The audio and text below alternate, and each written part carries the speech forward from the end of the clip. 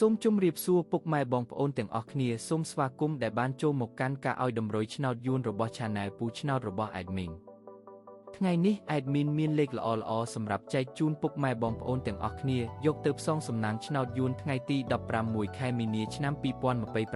2026 Admin មានលេខតូចនិងលេខធំសម្រាប់ចែកជូនពុកម៉ែបងប្អូនទាំងអស់គ្នាដោយមិនគិតថ្លៃនោះទេមុននឹងចូលទៅកាន់តម្រុយ Admin សូមឲ្យពុកម៉ែបងប្អូនទាំងអស់គ្នាជួយចុចជាវ Subscribe ឲ្យមេដៃនិង Comment ឲ្យ Admin ម្នាក់មួយផងទុកថាឲ្យកម្លាំងចិត្ត Admin ដើម្បី Admin ចេញនៅវីដេអូតម្រុយថ្មីៗសម្រាប់ចែកជូនពុកម៉ែបងប្អូនទាំងអស់គ្នាជាបន្តទៀតឥឡូវនេះពុកម៉ែបងប្អូនទាំងអស់គ្នាយើងចូលមកតម្រុយតែម្ដង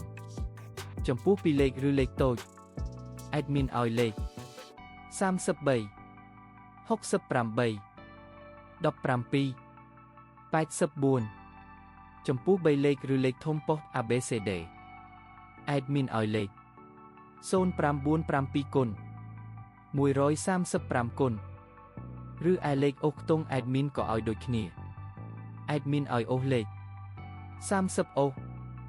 និង80អូសឥឡូវនេះតម្រុយរបស់យើងបានដល់ទីបញ្ចប់ហើយ Admin សូមជូនពរពុកម៉ែបងប្អូនទាំងអស់គ្នាដែលបានយកលេខតម្រុយ Admin ទៅចាក់ផ្សងសំណាង Admin សូមជូនពរឲ្យចាក់ត្រូវទាំងលេខតូចនិងលេខធំហេងលុយចូលទាំងអស់គ្នា